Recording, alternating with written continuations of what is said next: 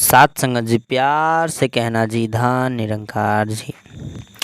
सात संगत जी, भगवान श्री राम ने अयोध्या से वापस लौटने के बाद, अपने राज्य अभिषेक हो जाने के बाद एक बार अपने गुरुदेव वशिष्ठ जी के सानिध्य में अयोध्या वासियों की एक गोष्ठी आयोजित की। उसमें उन्होंने मानव जन्म को सफल बनाने पर बल देते हुए सभी को धर्म और सदाचार का पालन करने की प्रेरणा दी। सत्संग जी, श्री राम ने कहा, धर्मशास्त्रों में कहा गया है कि मानव शरीर देवताओं के लिए भी दुर्लभ है। जो व्यक्ति प्रत्येक क्षण सत्कर्मों में नहीं लगाता, वह अंत में घोर दुख पाता है। श्री राम ने सदाचार का पालन करने और भक्ति के मार्ग पर चलने की प्रेरणा देते हुए कहा, ज्ञान अगम है और उसकी प्राप्ति में अनेक विघ्न है। भक्ति सरल स्वतंत्र है, सब सुखों की खान है। प्राणी संतों और सद्पुरुषों के सत्संग से ही भक्ति की ओर उन्मुख होता है। अतः अहंकार त्याग कर विनय पूर्वक भगवान की भक्ति में लग जाना चाहिए। इसके लिए यज्ञ, जप, तप और उपवास की भी आवश्यकता नहीं है। सरल स्वभाव और मन में कुटिलता नहीं रखने वाला संतोषी व्यक्ति भक्ति के माध्यम से अपना जीवन सफल बना सकता है। उन्होंने आगे कहा, जो फल की इच्छा किए बगैर कर्म करता है, जो मानहीन, पापहीन और क्रोधहीन है, जो मुक्ति को भी तृण के समान समझता है, वह परम अनूठा सुख प्राप्त करता है। ऐसा भक्त मुझे सर्वप्रिय है। लक्ष्मण जी को राजनीति की सीख देते हुए प्रभु ने कहा, राजा को चाहिए कि वह अपने सुख के लिए दीन दुखी को पीड़ा न दे। सताया जाने वाला मनुष्य दुख जनित क्रोध से राजा का विनाश कर डालता है।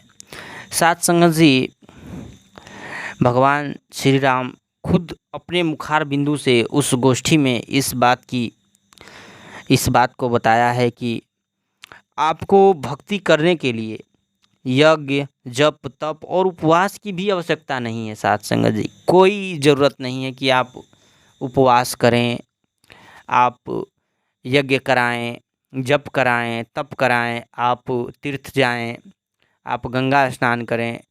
सात संगत जी, इसकी कोई ज़रूरत नहीं है। यह भगवान श्री राम ने अपने मुखार वचनों से कहा है। और यह सात संगत जी बात तब की है जब राम अयोध्या से वापस लौट चुके थे। सात संगत जी, और अयोध्या से वापस लौटने के बाद उनका राज्याभिषेक हो गया था, वे राजा बन गए थे। इसके बाद उन्होंने एक अयोध्यावासियों की एक गोष्ठी बुलाई, एक बैठक बुलाई और अपने गुरु वशिष्ठ को भी बुलाया था उसमें। और उसमें उन्होंने ये बात बताई थी सात संगत जी, कि भक्ति का कितना महत्व है।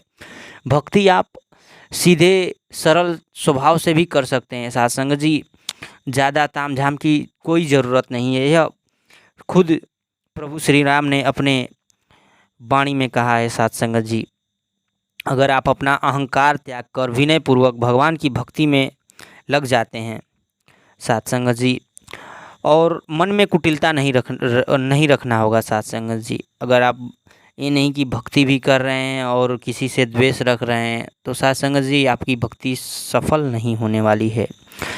तो सात संगत जी, इसी भगवान की वाणी को अपने जीवन में उतारते हुए बिल्कुल ही सरल तरीके से भक्ति करनी है। सात संगत जी, कोई दिखावा नहीं, हाँ कि मैं बहुत ज़्यादा दान करता हूँ, बहुत ज़्यादा पुण्य करता हूँ, बिना किसी दिखावे के सीधी सरल भक्ति करनी, अपने घर पर रहकर भक्ति की जा सकती है। और बाबा जी भी, माता जी भी बार बार कहते रहते हैं, और पांच प्रण में भी है कि अपने घर रहकर, नहीं कि आप वैराग्य धारण कर लें इसके बाद ही आपकी भक्ति सफल होगी, ऐसा कहीं नहीं कहा गया है। आप अपने गृहस्थ में रहकर अपनी भक्ति को सफल बना सकते हैं सात संगत जी।